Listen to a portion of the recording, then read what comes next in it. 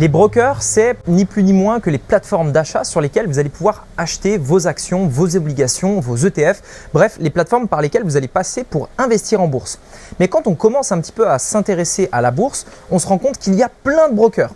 Hello Bank, Boursorama, eToro, Interactive Broker, bref, il y en a des dizaines et des dizaines et forcément on peut être un peu perdu quand on débute et qu'on ne sait pas vraiment lequel est le mieux, lequel a des avantages, lequel est le moins bien, etc. Surtout quand on n'a pas de point de comparaison et quand on ne sait pas où regarder. C'est pourquoi dans cette vidéo, j'aimerais vous partager pour ma part les 6 critères que je regarde lorsque je choisis un broker, les 6 critères essentiels auxquels il ne faut surtout pas passer à côté. Je précise également que tous les brokers ne sont pas bons pour tout le monde. Vous verrez que vous devez le faire en fait en fonction de votre situation. C'est pourquoi je ne vais pas faire une vidéo dans laquelle je vais vous dire choisissez tel broker, celui-là est nul. C'est pas du tout l'intérêt.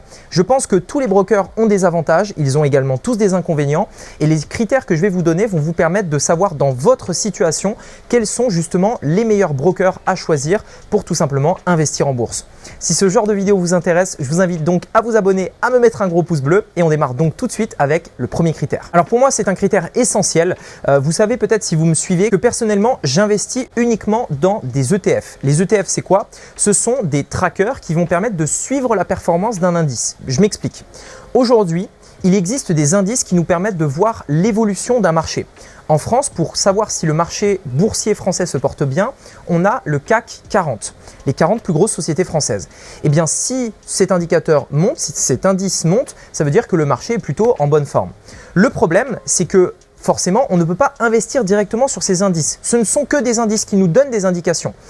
Avant les années 70, ce n'était pas possible et après les années 70, les ETF ont été créés et aujourd'hui, on peut investir dans un ETF qui a pour objectif de reproduire la performance d'un indice. Ce qui est bien, c'est que du coup, il existe des ETF sur des pays comme la France, les États-Unis, le Canada, mais également sur des secteurs comme les matières premières, par exemple l'énergie, les finances, la médecine. Il existe aussi sur des continents entiers comme les Amériques ou par exemple l'Asie, l'Afrique, etc. Et donc, ça nous permet en fait d'investir vraiment sur des marchés globaux plutôt qu'une seule action. Le gros avantage, c'est que vous pouvez donc investir dans des milliers d'actions en une seule fois et donc diversifier le risque de faire une erreur et vraiment miser sur, on va dire, la croissance globale de l'écosystème.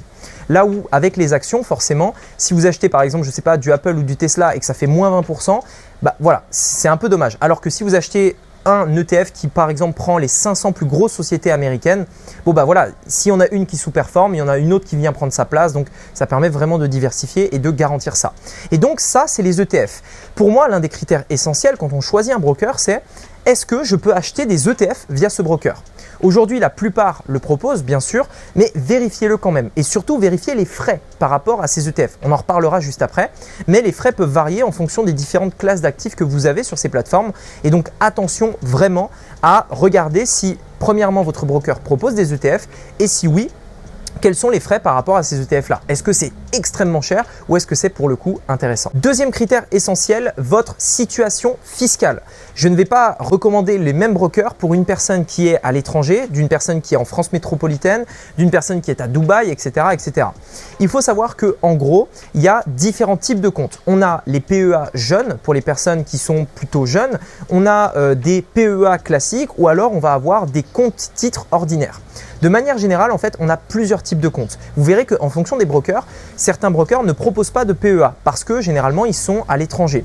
Certains brokers proposent des PEA mais avec très peu d'options pour acheter des actions, etc. Ce qu'il faut comprendre ici, c'est que la situation fiscale a son importance dans le choix du compte. Le PEA, c'est quoi? Le PEA, c'est simplement un compte sur lequel vous allez pouvoir investir en bourse, mais où l'argent va être bloqué.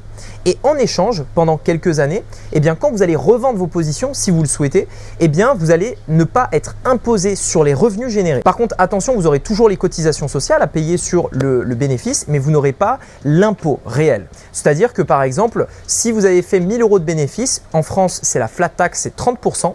Si vous êtes dans un compte titre ordinaire, vous allez payer 30%, donc environ, allez, on va simplifier, 300 €. Si vous êtes dans un PEA, en revanche, vous ne paierez pas les impôts, mais vous paierez les prestations sociales, donc environ 17% à peu près. Donc ce sera moins que 30%, mais vous paierez quand même des impôts. Donc sachez-le, en fonction de ce que vous voulez faire, ça peut être intéressant d'ouvrir un PEA plutôt qu'un compte titre et donc bien regarder si le broker propose la solution du PEA pour ouvrir votre compte pour investir en bourse. Troisième critère essentiel, les frais. Là, c'est vraiment le critère le plus important. Quand vous allez passer vos ordres sur la plateforme, toutes les plateformes ont des politiques de frais différentes. Il y en a qui vont vous imposer des frais fixes, par exemple, si vous mettez de l'argent, vous avez un abonnement tous les mois. Il y en a, c'est des frais, par exemple, à chaque transaction. Vous allez payer un montant en fonction de la valeur de la transaction. Il y a également ce qu'on appelle un spread, c'est-à-dire la différence entre le coût réel de l'action ou de l'ETF et ce que vous facture tout simplement la plateforme. Imaginons par exemple que l'action, je vais prendre au hasard, Tesla vaut 100 €. Eh bien, par exemple, elle vaut 100 €, la plateforme va vous la vendre 101 € et du coup va prendre 1 € de marge. C'est ce qu'on appelle le spread. Elle va l'acheter 100, vous le vendez 101 et garde 100 €. Donc ça, c'est généralement des frais qui sont un peu cachés. On ne va pas vraiment vous dire il y a un spread de temps. Donc c'est à vous de regarder un petit peu, à vous de vous renseigner pour comparer les différents brokers et voir quels sont les frais pour les transactions, quels sont les frais également pour les comptes, la gestion des comptes et également quels sont tous les autres frais, tout ce qui est administratif, tout ce qui est frais de dossier, etc. Et également le spread, également extrêmement important à regarder. Donc c'est le troisième critère, les frais, et ça peut vous coûter énormément d'argent sur le long terme. J'avais fait une vidéo d'ailleurs sur YouTube dans laquelle j'expliquais l'importance des frais sur vos résultats. Donc attention à ça, les frais, ne le négligez pas. Même 1% de frais peut représenter sur 10, 20, 30, 40 ans des dizaines de milliers d'euros. Donc attention, les frais, extrêmement importants. Numéro 4, alors on n'en parle pas assez, mais je pense que c'est quand même important, c'est l'ergonomie de la plateforme. Bien entendu, c'est pas quelque chose qui va rapporter de l'argent, mais imaginez que vous allez être sur la même plateforme pendant des années. Vous avez envie que cette plateforme soit facile d'accès, qu'elle soit simple, que vous ayez une version sur le mobile, que l'interface soit jolie, etc. Ça peut paraître un peu bête comme ça, mais honnêtement, ça vous fera moins mal à la tête quand vous voudrez faire vos ordres en bourse, quand vous êtes sur une belle plateforme qui est optimisée, jolie, plutôt qu'un truc vraiment vieux, qui est mal fait, mal organisé, etc. À chaque fois, vous allez chercher vos onglets, vous allez vous perdre un petit peu, vous allez vous prendre la tête. Donc mieux vaut choisir un broker aussi parce que voilà, la plateforme est bien faite, elle est intelligente, elle est bien organisée. Je pense que, en tout cas à mon sens, c'est quelque chose de vraiment important. Également numéro 5, les assurances de la plateforme. Vous verrez qu'en fonction des brokers que vous allez choisir, ces brokers sont assurés à un certain niveau. Ils assurent les comptes de leurs clients au cas où il y a un pépin, etc. Donc les assurances, il faut regarder quelle est l'assurance pour chaque compte individuel, quelles sont les assurances au niveau de la plateforme, quelles sont les garanties en fait quand vous travaillez avec ces sociétés-là. Regardez un petit peu par qui ils sont garantis, quels sont les assureurs. Je pense que c'est important. Alors bien entendu, ici on en parle, tout le monde n'a pas la même, on va dire, les mêmes critères de risque. Pour certains, 1000 € c'est beaucoup d'argent et donc ils vont être sûrs que ce soit bien positionné. Pour d'autres, ils vont se dire bon moi 100 000 € c'est pas grave, si je les perds c'est pas un souci. Donc voilà, c'est vraiment en fait à vous de voir. L'assurance, c'est pas indispensable, mais ça peut quand même vous permettre de dire tiens, je vais plutôt vers celui-ci plutôt que vers celui-là parce que je pense que tout simplement c'est plus intéressant, etc. Donc voilà, c'est à vous vraiment de voir. Et enfin, le dernier critère qui est pour moi essentiel, c'est le service client. Imaginons que vous avez une question, imaginons que vous voulez transférer vos positions vers un autre compte, imaginons que vous voulez fermer le compte. Bref, peu importe, si le service client est difficile à joindre, qu'il n'est pas accessible, qu'il n'est pas en français par exemple, si vous ne parlez que français, ça va être difficile. Par exemple, j'ai un compte pour ma part chez un broker qui se trouve à Londres.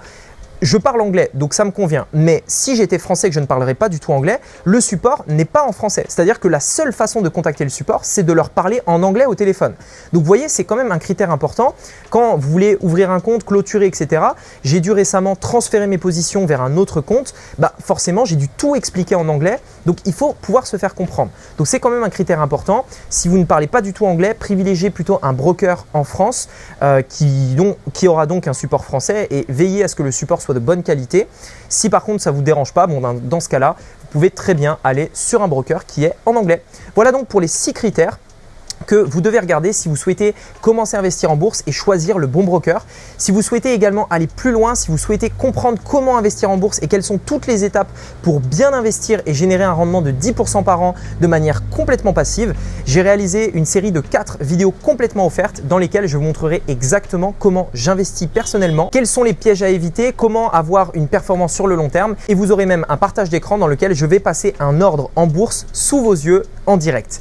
Pour accéder à cette formation, c'est très simple, vous avez juste à cliquer sur le premier lien dans la description ou l'image qui apparaît juste ici sur votre écran pour être redirigé immédiatement vers cette formation gratuite. Sur ce, je vous dis à bientôt, j'espère que cette vidéo vous a plu. C'était Rémi, à bientôt, ciao.